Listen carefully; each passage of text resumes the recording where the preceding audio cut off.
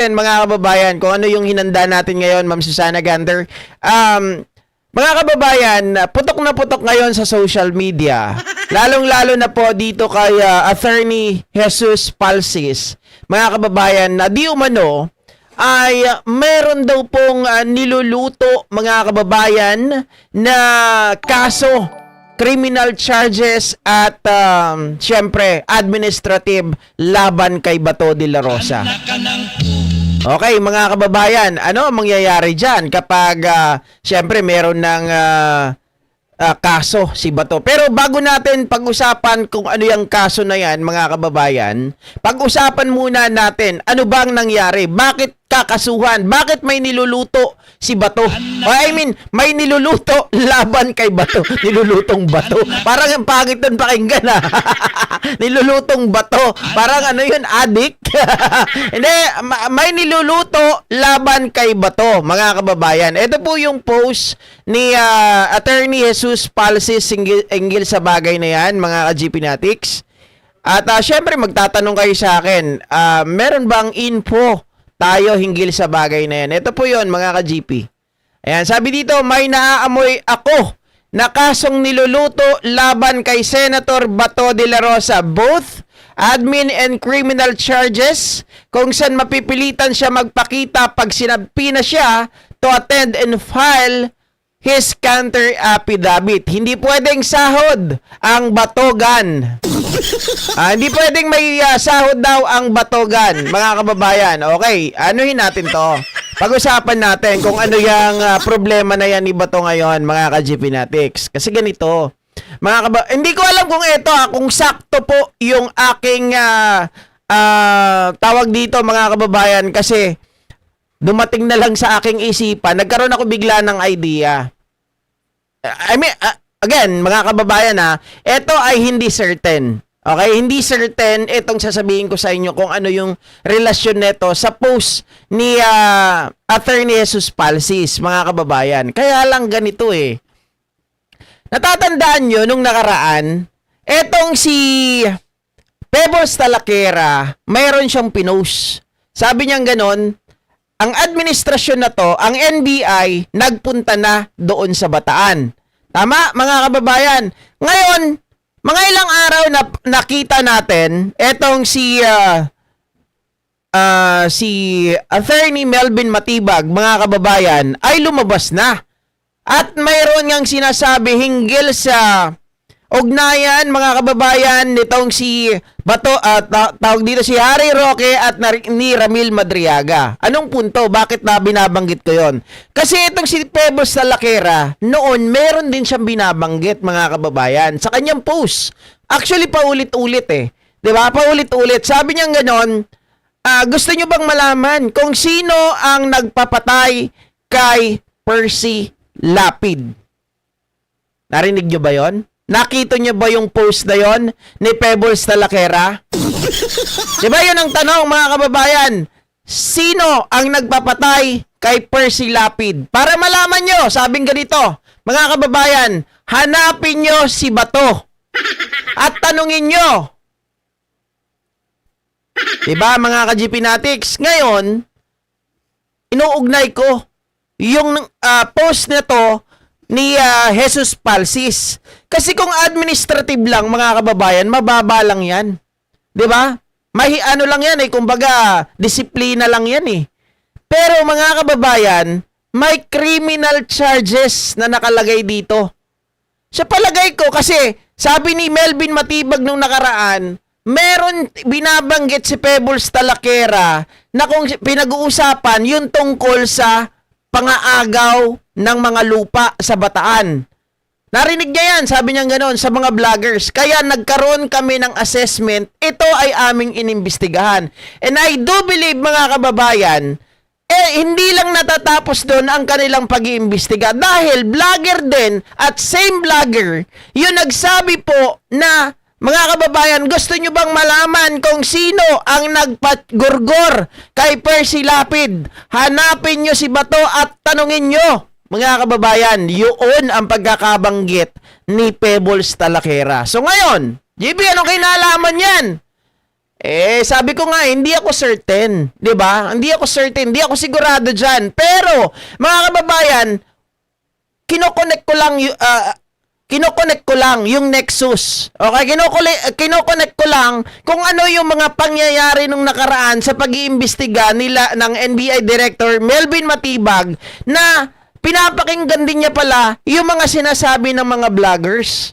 Lalo na to mga kababayan dahil syempre, hindi naman basta-basta usapan. Hanggang ngayon, hindi pa po nare-resolba yung problema, yung kaso na yan hinggil sa pagkamatay ni Percy Lapid. Pero, mga kababayan, parang si Pebbles Talaquera ay nagpaparinig na meron siyang alam. Ibig sabihin, meron siyang testigo, meron po siyang nalalaman hinggil kung sino talaga ang tunay, mga kababayan, na utak ng pagpapayari kay Percy Lapid. Sa makatuwid, mga kababayan, hinala ko na ang sinasabing ito ni Jesus Palsis ay may kinalaman po, mga kababayan, doon. Kasi, tingnan nyo criminal charges. 'Di ba? Ano pa bang criminal liability na pwede mong idikit dito? Di pagpatay. 'Di ba? May pagpatay. Ngayon, kung tama tayo ng hinala, mga kababayan, o kahit hindi tayo tama ng hinala, basta may criminal charges, si Bato de la Rosa, ano mangyayari, GP? Siyempre, mga kababayan, criminal charges yan. Pasok pa rin dyan yung pagpatay. Kahit mali tayo, kahit hindi si Percy Lapid ang pag-uusapan natin. Kahit ibang tao, kung may criminal charges, mga kababayan, malalim to. Ibig sabihin, magiging wanted si Bato. At syempre, mga ka-GPnatics, kapag si Bato ay naging wanted, okay, di ba sabi ni John B. Cremulya, ganito, mga kababayan, alam namin kung saan nagtatago si Bato. Kaya lang hindi namin mahuli, wala namang warrant of arrest. Doon ngayon papasok, mga kababayan, na kapag gumapang, kapag lumakad, kapag na pulido na naisampa na ng formal yung criminal charges at administrative cases ni Bato de la Rosa, mga kababayan, hindi magkakaroon ng preliminary investigation. Pag nagkaroon ng preliminary investigation, pag nakita may probable cause, iaakyat sa RTC. Kapag inakyat sa RTC, mga kababayan, at nakita nila na mukhang talaga, si Bato de la Rosa ay kailangan magpakita dahil, mga kababayan, siya ay pinagbibintangan na. Siya po ay may kaso na ganito. Magiging wanted si Bato de la Rosa. Hindi siya pwedeng hindi magpakita. Alam nyo naman, mga kababayan, na meron tayong bago po na, tawag dito, inilabas ng Supreme Court ruling na hindi pwedeng mag-seek ng justice relief ang isang pugante. So, possibility na si Bato de la Rosa ay maging wanted, mga kababayan, kung hindi po siya sasagot pag naisampa na yung kaso laban sa kanya. Hindi pwedeng hindi siya pumunta ng arraignment. Di ba? Hindi pwedeng, mga kababayan, abogado niya lang ang haharap. So, kumbaga, para sa akin, liliit na ang mundo ni Bato de la Rosa. Di ba? Oo. Niluluto si Kalbo. Wait lang, sakit na mata ko.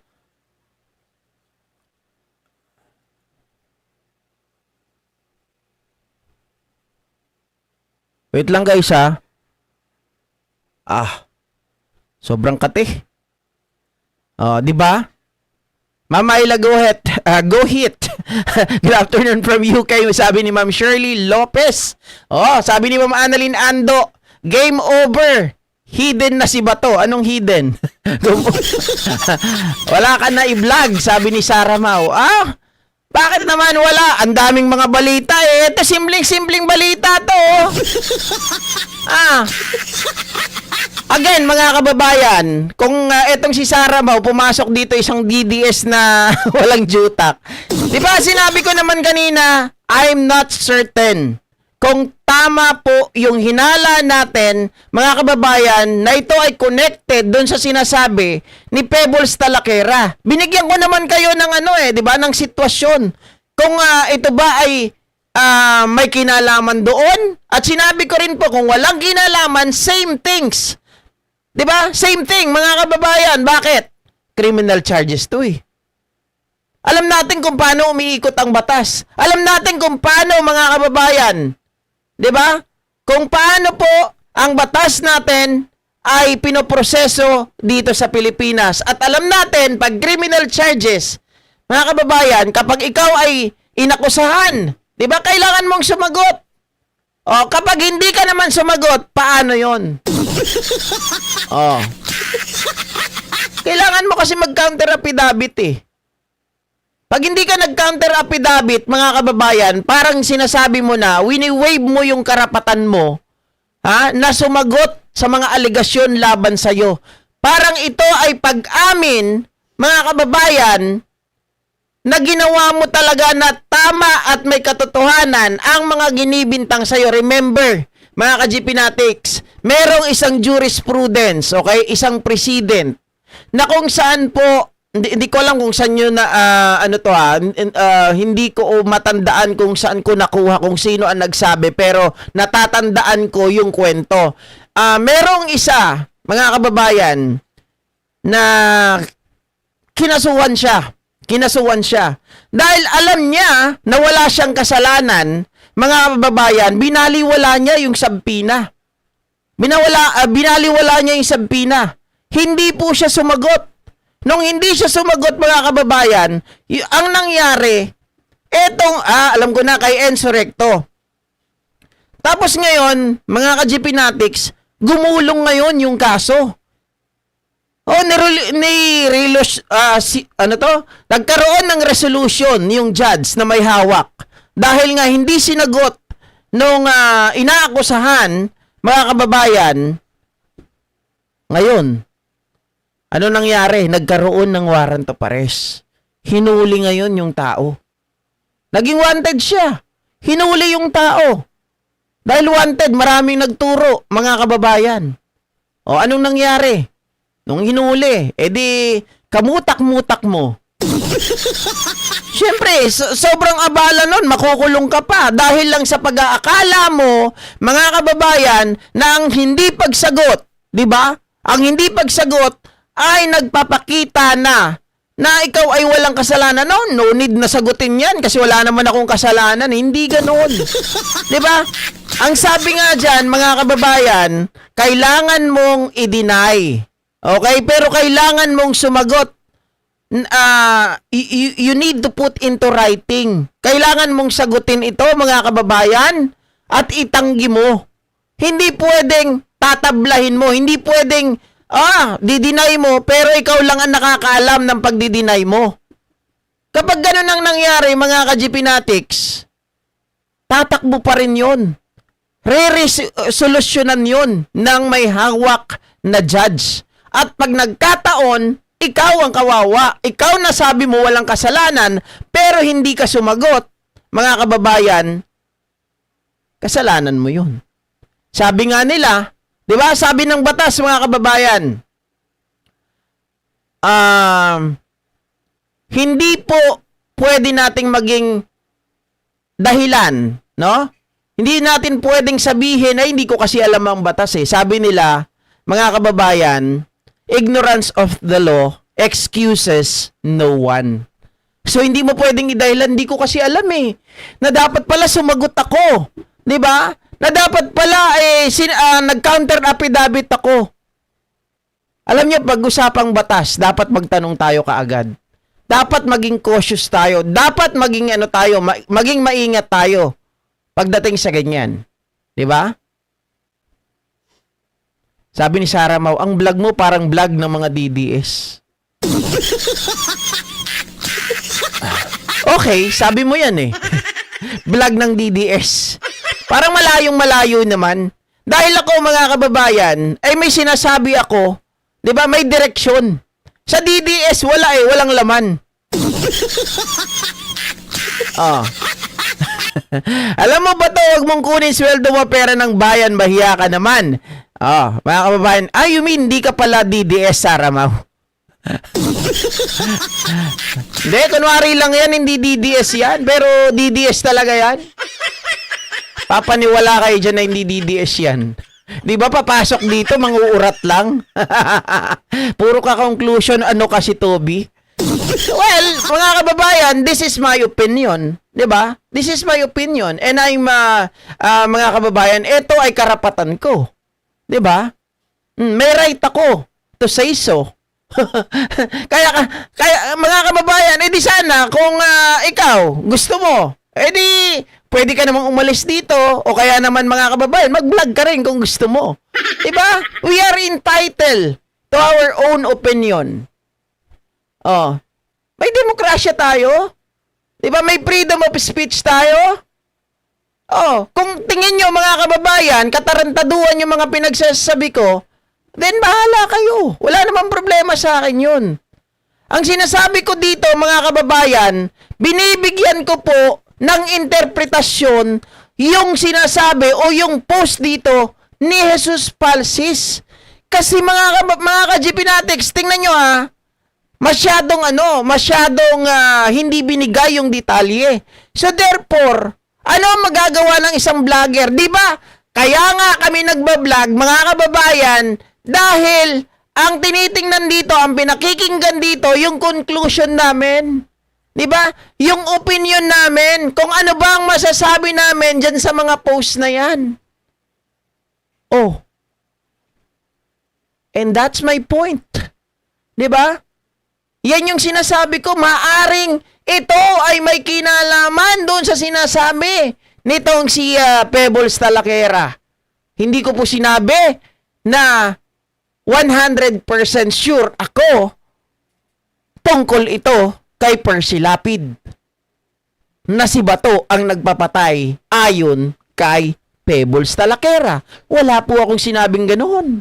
Diba? Oh.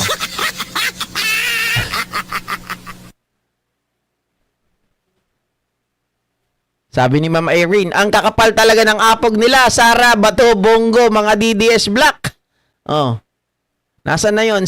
Nawala na. At sinipa na pala. Inggit lang yan, Sara Mau. Congress, Sandro, gumawa ka ng batas lahat ng fugitive kung nasa Senado o Congress, automatic tanggalin agad, sabi ni Ma'am Carmen Lee. Kaso, sinong pipirma dyan, Ma'am Carmen Lee? Lahat naman sila, kita nyo ngayon nga eh. Diba? Sabi ni JB Harris ito, wala tayong batas na nagsasabi na bawal umabsent. Okay, wala tayong batas. Ba't di kayo gumawa? Diba? Dapat ganun eh.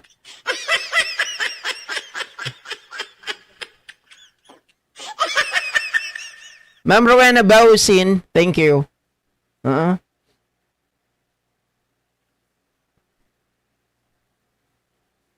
Ang kapal ng bato na hanggang ngayon tumatanggap ng sahod, ilang buwan na rin. Well, mga kaibabayan, going back, dahil sinasabi nyo yung makapal si Bato, yung kapal na yan, mga ka-GP Natics, may hangganan yan. Di ba, sabi ko nga sa inyo ang katotohanan ay hindi yan forever na may tatago. Lalabas at lalabas, sisingaw at sisingaw, parang utot. Di ba? Parang utot, mga kababayan, na kahit anong ipit mo dyan. Di ba? Nandun kayo sa tumpukan. Nandun kayo sa tumpukan na ganyan. Nagkukwentuhan kayo parang hirap ka na ipit mo na. O, dahil ayaw mo mapahiya, mga ka-GP Natics, di ba? Inipit mo. Dahil ayaw mo maamoy yung baho. Hindi, maamoy at maamoy pa rin yan. Sisigaw at sisigaw pa rin yan.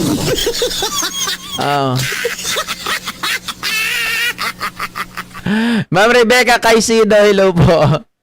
Alam nyo, masarap mang asar ng mga geologs ng mga ng mga DDS, hindi nag-iisip.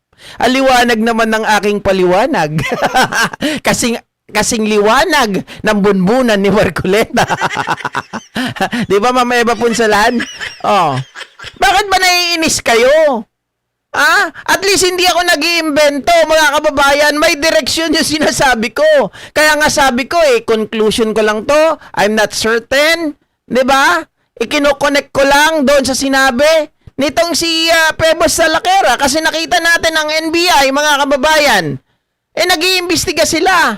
At sabi niya ganon, napanood namin yan sa vloggers, yung tungkol doon sa issue ng Bataan, di ba? Yung mga ninakaw na lupa ni Harry Roque. So, possible din, mga kababayan, na yung sinabi ni Pebbles Talakera against kay Bato de la Rosa ay maaring connected dito sa post na ito. Kasi sino pa, sino ba ang pwedeng magkaso kay Bato de la Rosa ng kriminal? NBI, police. Oh. Di ba?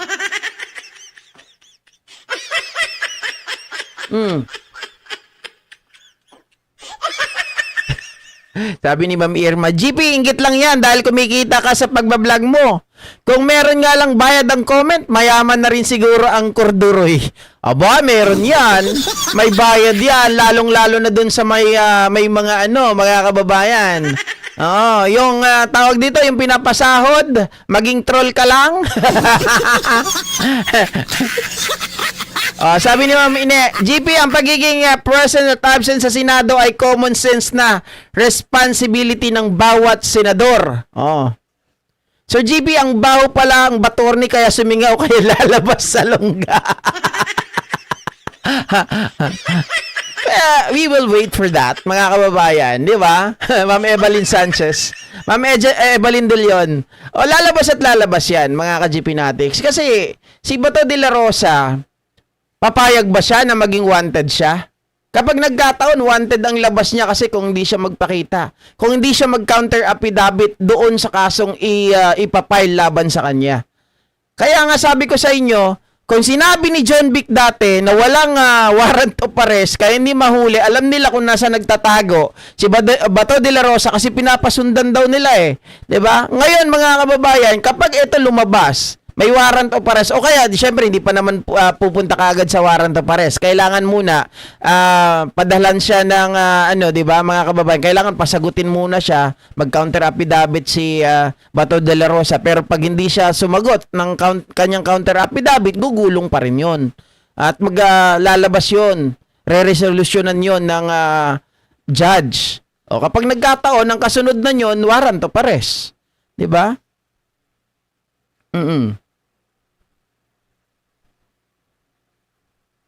Sabi ni Naomi Shin, pag may pinost si Pebbles, may totoo doon. Ako naniniwala, mga ka-GP Natics. Pero, kung tutusin ang tagal na niyan sinasabi yon. Pero, bakit ko biglang naisip? Kaya nga, wala sana akong plano wala sana akong plano mag-live Sa totoo lang, kababalik lang ng internet Mga kababayan, papatay-patay kanina pa. Mabuti ka mo yung Converge matino. Sabi ko, habol ko na nga to. Bahala na. At least meron tayong basehan. Hindi yung mga kababayan, pinulot ko lang kung saan. I mean, yung gawa-gawa ko lang. Mahirap naman yung gawa-gawa lang, di ba? Totoo, bumahaw ang utot ni Bato kasi tago ng tago. Ngayon, umay. Ma'am Susana Martinez na imbag nga Rabi M. Dito sa amin, pinapasabog ang bato. Sana masumpungan ni Batorni. Sabi ni, uy, Rani Sierra. Wala na yung dyan, Kakainis. Yung Salt Spring, dyan sa Nueva Vizcaya, nakakaasar. John Vic, sinungaling na may epal papapogi effect. Wala akong tiwala kay John Vic, sabi ni Mama Irene Santiago. Sana nga, palitan na ulit ni Abalos. Di ba? Malapit na Ngayon, mag-Abril na, mga kababayan. Pagdating ng Mayo, baka pwede na. Ibalik si Abalos. Palayasin na si John Vic. Okay, so yan mga kababayan ang hinggil po sa usapin kung sino po ito at kung ano tong naamoy na to ni Palsis. Baka mamaya ay utot galang talaga to. Hindi natin alam. Pero again, mga kababayan, subaybayan po natin at bibigyan ko kayo ng update sa bagay na yan. At kapag ako tumama, lagot ka sa akin, Sarah Mau. Sigurado puputaktihin kita. Ininsulto mo ako babalikan kita. Oo. Ay, nako, mga kababayan. Ito naman ang pag-usapan natin ngayon. Nako, bato, mag-iingat ka.